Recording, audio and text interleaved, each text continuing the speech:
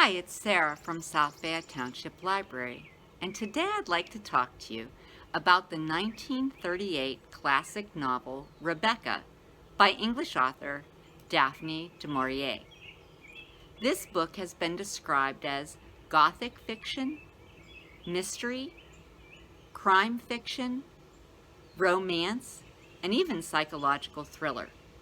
This book really has it all. I was drawn in from the very first line of the book, the very famous, "Last night I dreamt I went to Manderley again." The book has been in print continuously since its publication in 1938. It's been translated into 25 different languages, and it's been adapted for plays and for film. Many of you are familiar with the plot of this book, which involves a young, naive girl who meets the charming, older widower, Maxim de Winter. And they have a very short courtship. They get married, and after their honeymoon, Maxim takes his young bride back to his country estate, Manderley. Pretty soon after the young bride gets to her new home, she realizes that the whole staff is obsessed with Maxim's first wife, Rebecca, especially Rebecca's maid, Mrs. Danvers. This makes the young girl feel like she's being compared. Maybe she falls short. She's jealous. She's angry. She's confused. And she's frightened.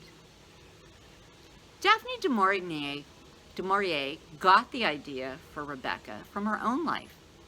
She was married to a man who had been previously engaged to a beautiful woman. Daphne thought that maybe her husband might think about his former fiancée.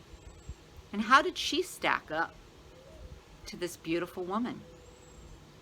I think this could be true because the emotions that are expressed in this book by the young bride, it just fits that the author experienced something similar.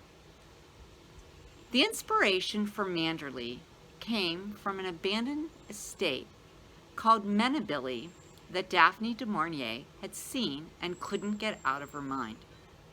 In fact, 5 years after Rebecca was published, Daphne du Maurier moved into Menabilly, and she lived there for 24 years. I learned an interesting fact about this author today. She died on April 19th, and that's my birthday.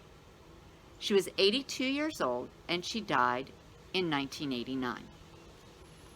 Alfred Hitchcock directed the very famous 1940 film adaptation of Rebecca that starred Joan Fontaine and Sir Laurence Olivier. This film won 2 Oscars. One was Best Picture, and this is the only film that Alfred Hitchcock received Best Picture for. The second was Best Cinematography. The film was shot in black and white, and I think that adds to the intrigue and the mystery and the haunting nature of this story.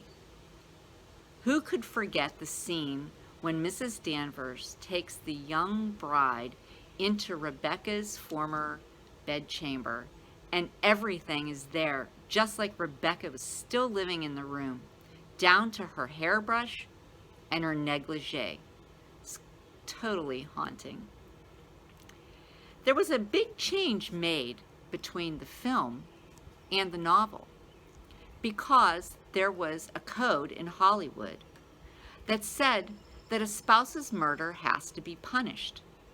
So in the 1940 film, Rebecca dies accidentally, but in the novel, it is definitely not an accident.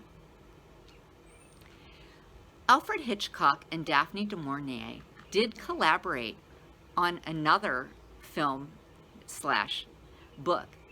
In the early 1950s, she wrote a short story, The Birds, which became another famous Hitchcock film. I really think that a book discussion group would love to read Rebecca and maybe even see the film and talk about both of them. It's so interesting to do that and a lot of fun. You can find a copy of Rebecca on Libby, but there's a wait list because this film is celebrating its 80th anniversary this year. And I think there's renewed interest in the story because of that.